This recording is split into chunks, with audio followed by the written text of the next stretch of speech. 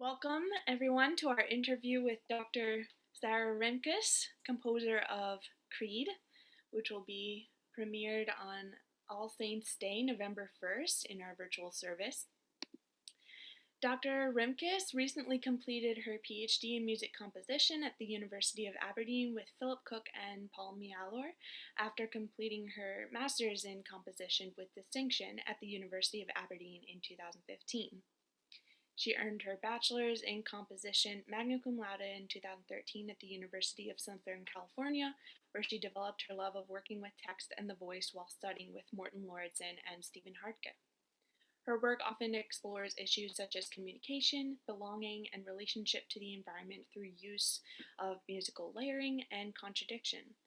Her music has been described as challenging yet attractive and always powerful and well judged, with a language that ranges from uncluttered lyrical poignancy to denser textures that suggest a holy clamor. Her choral works and vocal works have been commissioned and performed extensively across the United States, the United Kingdom, and elsewhere. They have been professionally recorded by ensembles on both sides of the Atlantic, featured on BBC Radio and Classic FM, and published by GIA Publications, Walton Music, and Seadot Publications. In 2019, her works received approximately 100 performances worldwide, and she has been internationally recognized through awards such as the ASCAP Morton Gould Award, the ASCAP Foundation Leonard Bernstein Award, and a number of others. She was born in Washington, D.C. in 1990 and moved to Bainbridge Island, Washington in 1998. She is currently based in the beautiful Upper Peninsula of Michigan, where she lives with her husband, Thomas Lavoie, and their cat, Worf. Yep. Welcome to Sarah. Thanks for being Thank you. here. Thanks for having me. And thank you on behalf of First Pres and the entire choir for composing such a beautiful piece in loving memory of our former choir member, Tom Gray. I'll talk a little bit about the piece so that people know the context. Tom Gray was a member of the choir at First Presbyterian, and the Worship and Music Committee decided to honor his memory and participation in the music program at First Pres by commissioning a choral piece. One of his favorite texts was the Nicene Creed, and so after much deliberation over a few different composers, the committee decided to commission Sarah to compose this piece. It has been composed. It was scheduled to be premiered for the Bach Festival in March, which unfortunately had to be canceled. But the choir has been busy learning this piece since August on virtual rehearsals on Zoom, and they came in last week, and almost everyone is recorded. So the piece is now in production, and we would love to hear a little bit more about it from Sarah's end now that we have studied it and been able to enjoy it and are getting ready to share it with the congregation. So a few questions for you, Sarah. First of all, this piece, the setting of the Nicene Creed, is a piece where we chose the text and you didn't choose the text. So I'm wondering, how is this different from maybe other settings of sacred text that you've done before, or were there any opportunities that were presented by this text? There definitely were a lot of opportunities that were presented by this text. One of the things that stand out about the creed is it's a really long text, actually, but it's long in a fairly repetitive way. So there are statements that have those sort of parallelisms with the all the kind of list of declarations of what we believe. That's its entire purpose. So that sets up a lot of opportunity for some really fun rhythmic activity. It lends itself really well to faster and more active rhythms, which is not always what you end up with in sacred choral music. And music intended for services in particular. Oftentimes it's a little bit more contemplative, which is understandable, as the goal of so much of that music is to provide space for people to have a more contemplative experience, and provide that backdrop for a worship service. But the creed is a more active part of the service, right? So it's where we actually actively declare what we believe. So it's appropriate to have a more active declarative piece of music setting that text. And that was a really great opportunity to do something like that. So while I didn't choose the text, it was still a text that I enjoyed working with very much. Um, if I was ever like truly not on board with the text that an ensemble was asking, I would probably like want to have some further discussion about it. So I'm very happy to receive suggestions and everything. But if I ever was completely not on board with setting something, I would probably say so. So That's right. I'm happy to do it. Yeah, no, it's great, and we've been really enjoying this setting because the setting of the Nicene Creed and creeds in general is an ancient practice. Since the liturgy was formed in the early church, we've had musical settings of creeds all the way back to Gregorian chant, but pre-polyphonic music, and so it's really interesting to hear a modern interpretation, and some of the choir's perspectives have been that they hear some different elements, like the declarative element that you mentioned of this very bold "we believe," just declarative kind of statement, and yet also there's this middle section where there's this dance-like rhythm. There are these shifting time signatures. So yeah, could you talk a little bit more about that contrast and what brought you to that in the text, why you chose to split up the text at the points where you did, and maybe if you want to share your screen for the score. Yeah, I can try. Let me take a look. Um, so let's see. Um,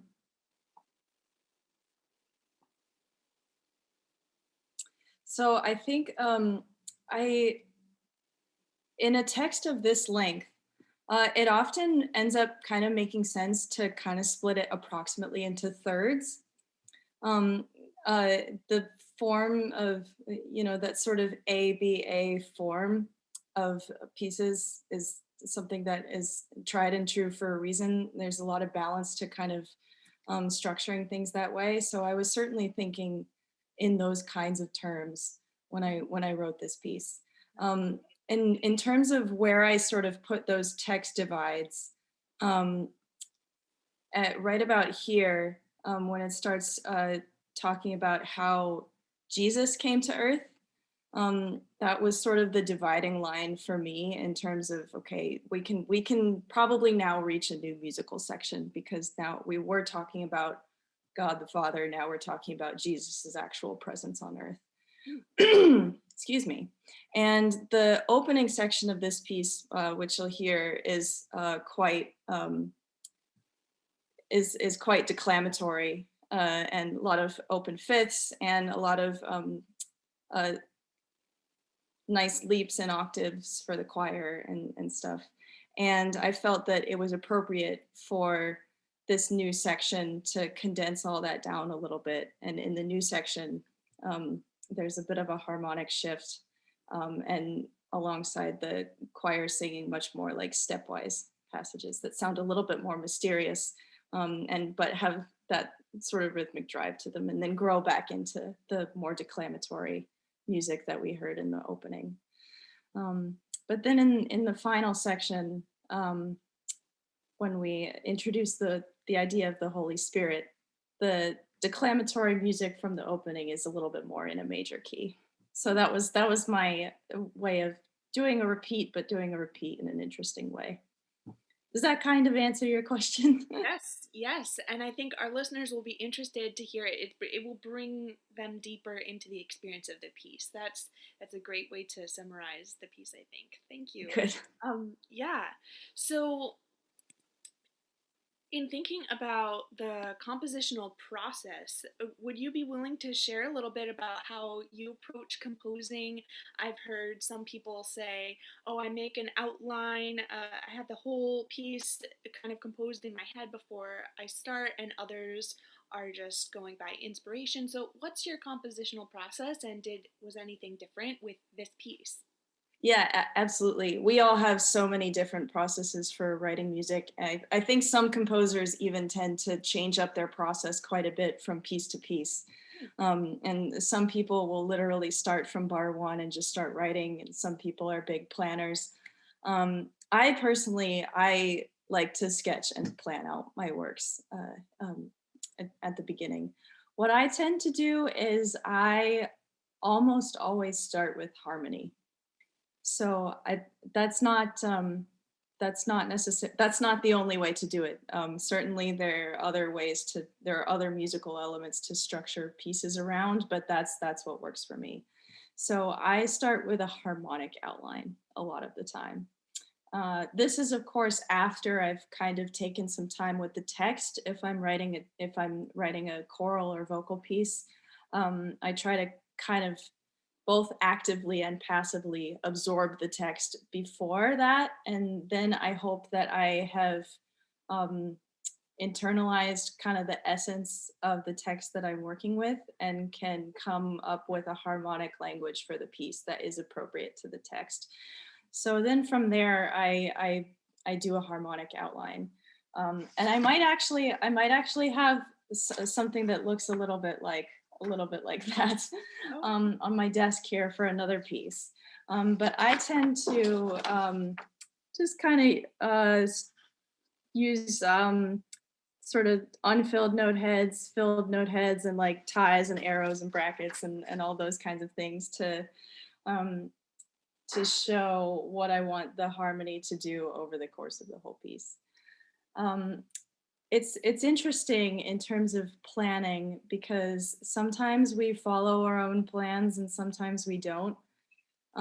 Over the years, I've gotten myself to a place where if I do a harmonic outline that I feel good about, probably I'm going to end up mostly following it when I actually write the piece. But that hasn't always been the case.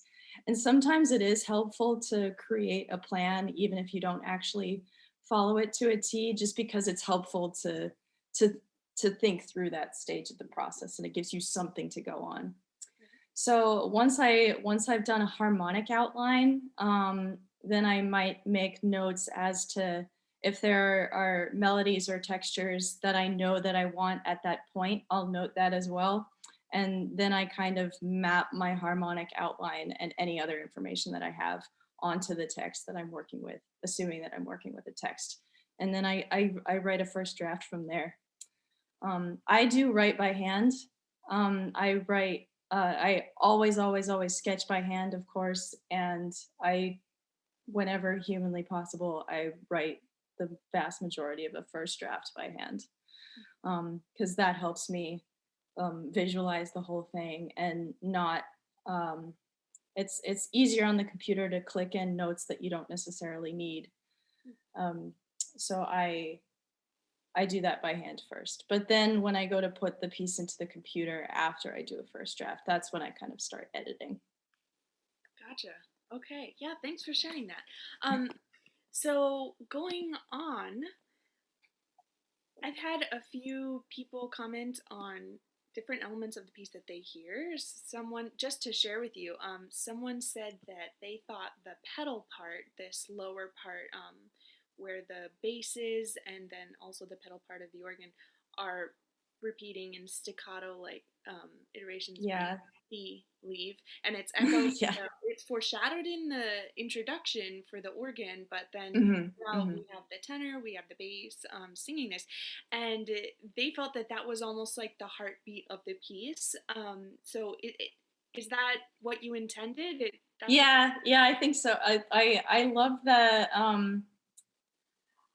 I was certainly thinking of it as maybe a bit of a heartbeat, a bit of a you know, a another rhythmic element to the piece, which we've already established is probably going to be a pretty rhythmic piece with the way that the text works.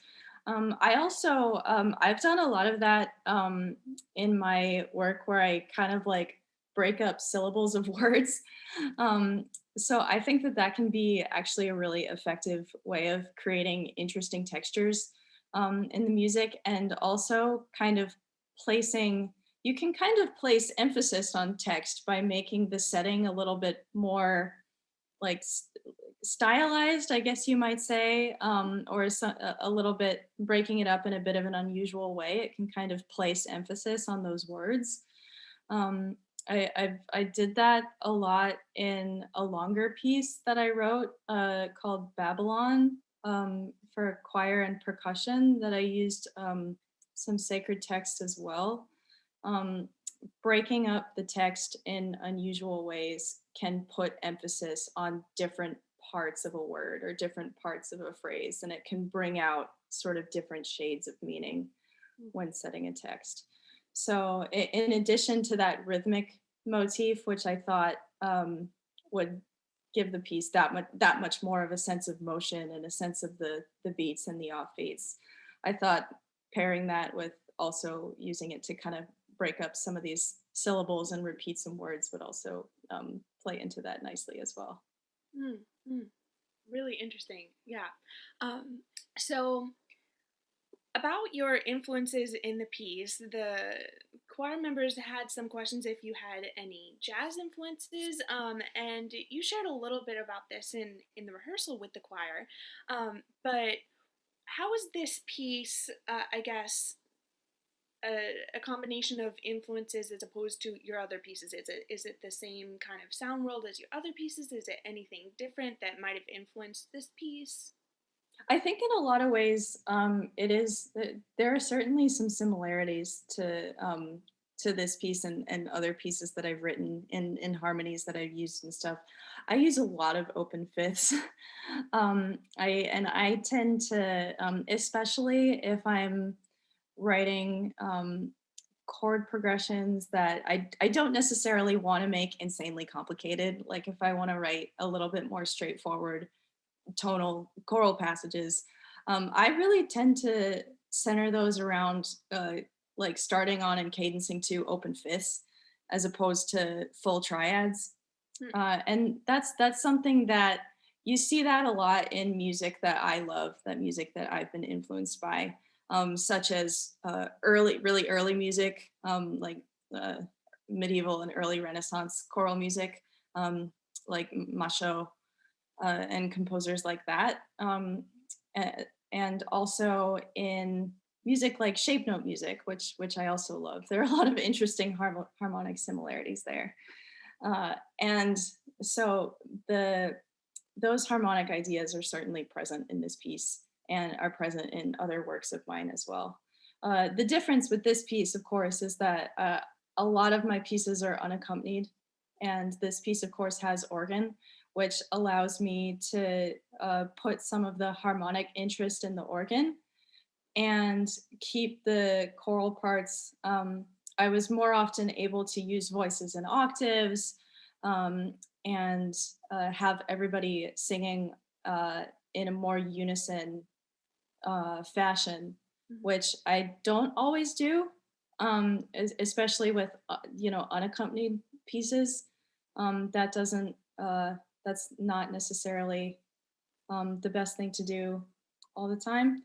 But for this context, I think that worked really well, and it was very much what I wanted. So that was great to be able to do that, and I hope that it gave the singers the opportunity to have moments where they actually all sing together, Mhm. which is great. Certainly, I have been quite influenced by composers like Howells and Kenneth Layton, who is not quite a contemporary, slightly after Howells chronologically, who's quite well known in the UK and not necessarily as well known in the US. Um, but certainly his influence in the way that he wrote sacred music is very much evident in this setting here, because he had a lot of sacred music which is a bit more active, and more rhythmic. And he has a really stellar creed setting as well for choir and organ, but that one's in English, or that one's, excuse me, that one's in Latin. Mine is in English. Sorry, the coffee's still kicking in. Um, So that gave me some differentiation in my mind between my setting and his setting, which was a very good thing, but an influence nonetheless. Right, right. So, talking about other creed settings, were there any other? I mean, Leighton, that's great. That's interesting to know. I'd like to go and listen to that piece as well. Yeah. There have been so many creed settings throughout history. Is there anything that you feel is is unique to how you were thinking about this as a part to as opposed to say Bach's Credo or more ancient Latin takes on the text? Yeah. Yeah, I mean, well, the Leighton Creed is from his Mass Opus 44, which is his Mass for double choir, which is definitely a piece worth checking out for anyone interested in that sort of thing. Stunning piece. So a lot of my familiarity with other creed settings is mostly like Latin settings, um, and the like in the Martin Mass for double choir, and uh, much older settings than that, things like that. Mhm. So I don't. Certainly, I'm sure this is not unique to me, but certainly my modern take on it is like I want to blast through this text quickly, because I think that's what's going to make it the most effective and the most interesting. If you listen to, I mean, I love the Martin Mass for double choir. I think it's beautiful, but I think the Credo is like by far the least interesting movement. And you know, if you set that text, um, you can set it as chant, and allow it to be very free and very speech-like and fall into more that contemplative, spiritual frame of mind, um, where the time is not so much of an issue. Or you can set it much faster, as I think I've done and Leighton did as well. His setting is also quite fast. I think it's in more modern settings, you run the risk of if you fall somewhere in between, and you're not slow enough, but you're not fast enough either. That's where it can feel like it kind of drags, and can get a bit too long, but it's not slow enough to go into a more meditative mind space about it.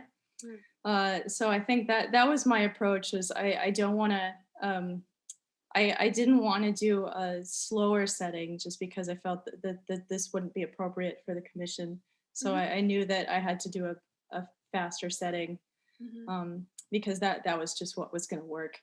Right. And I think as compared to, that's probably my more contemporary mind, uh, in how I experience the text talking.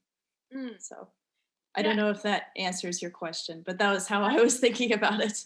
Absolutely. And one of the I remember one of my first impressions with the piece is that it it felt musically very natural and similar to how I've heard this creed recited in worship Oh, actually. that's good. So it felt very natural. Well, And yeah, I mean, if I'm gonna set it in English, like I definitely wanted to set it in English because, you know, I feel like if we're declaring if this is a declaration of faith, Mhm. you know, I want us to actually be able to understand the words. Mm, mm, mm. Um, so I tried to set it as naturally as possible, and not like not imagining what, um, you know, what an older setting might sound like. Like I wanted it to sound like it was set in contemporary English, you Mhm. know. Yeah, I think it's, and this is just a personal reflection. Those older settings in Latin, as you say, they're meant to be contemplative. I think it's supposed to bring a different element to Absolutely. Yeah. meditating on the text, whereas Hmm. this is almost like this piece couldn't have happened without the Protestant Reformation, where Yeah, probably not. where Yeah. you have not only English, but the musical composition itself is influenced by how the people are speaking and how they Hmm. interact just at a Hmm. very normal level with the piece. So Hmm. Hmm. that I think will bring people deeper into it. So thank you for that. Yeah. Well, and issues of language, um, and how people actually experience language and how people actually communicate with each other. That's something that I think about a lot, in my work. I think, and I wrote about that in my PhD, and like, I mean, it was in my short bio that you used to introduce me and everything. So that is something that I contemplate a lot as I work. And if you look at a lot of my pieces, there are sort of elements of um, an interest in communication and how that works, and communication breakdown, and Mm, the themes that are in that area in my work. Um, yeah, that's it's interesting. Like we all have these things that we're just naturally interested in. We don't always know why, but you have to just go with it, because that's where the music tends to come from. yeah, yeah. Oh, great. So thank you so much for being with us today. Dr. Rimkus, do you have anything else you'd like to share with us, as next week we are going to have the piece premiered?